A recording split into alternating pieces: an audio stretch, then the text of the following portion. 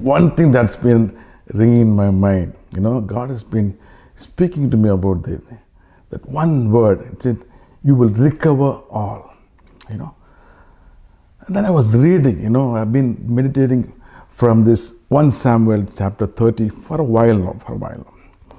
In that, it beautifully says in 1 Samuel 30 and verse 19, where David recovered everything.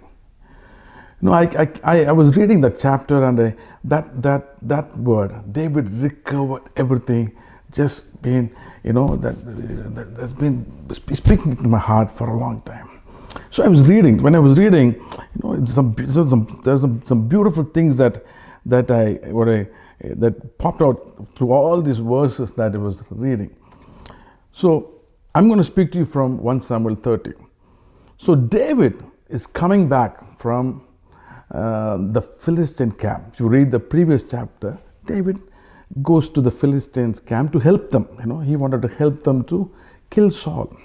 But they said, this fellow, the captain was ready, the leader was ready to accept David. But the soldiers, the other people who are with them, they said, David will never help us to capture or kill Saul.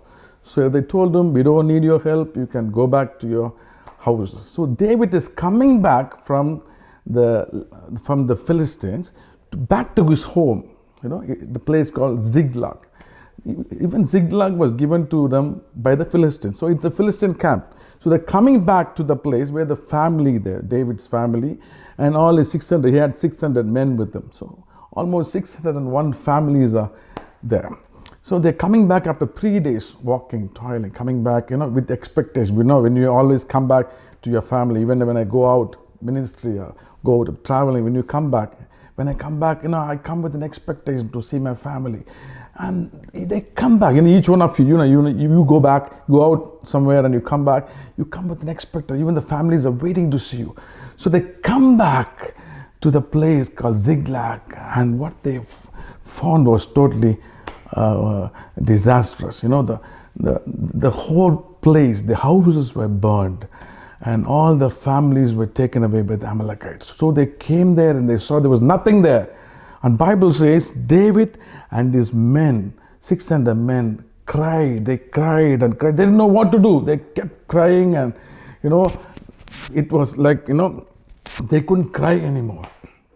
And they're standing there. David is, what do you say? David is wondering what's happening. Even the 600 men, we left our families and went to do something good, and they come back. Now this is what we see. And everybody's crying and everybody's broken. And David is standing there and thinking, not only that. Now the 600 men who went with David are plotting. Bible says they're plotting, they're discussing among themselves to stone David, their leader.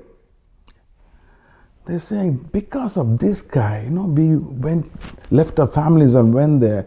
And now we lost everything because of this guy. So they're planning and plotting to stone David. Look at the situation. Your own people that you helped, people that you've been a blessing. They were, even the 600 men were a blessing to David. Now the people that was with David were closer to him are plotting to stone him, to kill him. What will you do? But David did something beautiful. The Bible says, if you read in 1 Samuel 30 and verse 6, David strengthened himself in the Lord, his God.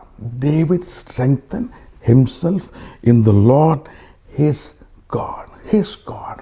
When he says his God, that means he had a beautiful relationship with this God. The situation was bad, but David stood there strong because of the strength of the Lord, because of what he had in him. Now he has to do something. Now he had somebody with him, a priest who always prays, and he's got an ephod. Ephod is it's like a shawl that you wear when they pray. So usually it's the priest who prays and tells, about, prays to God and tells them what to do and all. Now Bible says David called Abiathar and told him, Abiathar, I want you to give me the ephod. Give me the ephod. I want to sit in the presence of my God. and I want to pray. I want to, because this situation is really bad.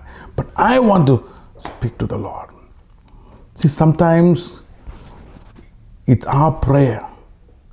It's a difficult situation. Sometimes in this kind of situation, we cannot pray. But David was strengthened by the Lord. Because of that strength, he said, the situation is bad, but I want to sit in the presence of the Lord. I know I will receive an answer.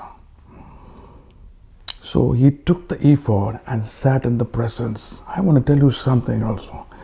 We all need people to pray for us. Sometimes we just depend on people's prayer. We need people's prayer. But it's nothing like your prayer and my prayer. When you sit in his presence, when you seek him, he will speak to you. See, David sits in the presence of God and he asked the Lord, Lord, two things he asked. Lord, should I chase them? Should I go after them? And will I catch them? Two things that he asked. And immediately God speaks to me, so you can go. You will definitely catch them. Not only that, you will recover everything that you lost. And God spoke to him. I'm telling you, whenever in your situation, when you seek him and ask him, he speaks to you. Whenever he speaks, the word, it's always a rhema word. So David took that word. Now he has to speak to his men. They're already broken. They already lost everything. Now he has to convince them. David spoke to them. If you read down, David told them, and the men followed David. That means when you have the strength of the Lord, you can overcome any situation. So he came out and told them, this is what the Lord is saying. I want you to come with me. Let's go get our people. Bible says 600 men went with them, but 200 of them said, it's okay, we can't walk further, we can't come further, we are tired. It's okay, we lost the families, it's okay, it doesn't matter. The Bible says 200 of them stayed back and 400 men went with David. Now they are going to bring 600 families back, 601 families back. And they're going, 600 families, the word is there, they have to go. And they don't know where they are, but they're going, David and his men. Bible says, along the way, verse 11, along the way, they found an Egyptian man. He was an Egyptian slave on the field. He's been there maybe almost 3 days, 4 days. He's almost on the verge of death, He will die any moment. Bible says, David and his men stopped to help that guy. 600 people are waiting there, but they stopped to help this guy. David and his men helped him. He recovered. They made him well. He sat down and they gave him water and whatever, and he can speak now. Now he's fine. See, even now, sometimes, many times we always see the bigger picture because that is important. It's one guy, it doesn't matter.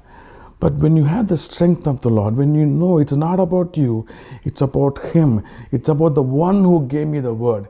It's about him. It's the Rhema word. And it will come alive. It will come to pass. So they nursed him and he was fine. And Bible says, now David, they didn't leave immediately. David inquired him. He asked the guy, who are you? Son, who are you? How did you land up here? And when David asked him, whom do you belong? How did he land? And that guy starts speaking. He says, I'm an Egyptian slave, my Amalekite master. I came with him, and he says, we went to Ziklag, we plundered, they captured all the families and all that, they burned out the place. And since I was not well, since I became useless, they considered me useless, that's why they left me here and went. This guy is part of the Amalekite who came and plundered the whole David's family and burned down the house. Now David got the answer for his question. The Rhema word that was spoken, given to David, he just received the answer.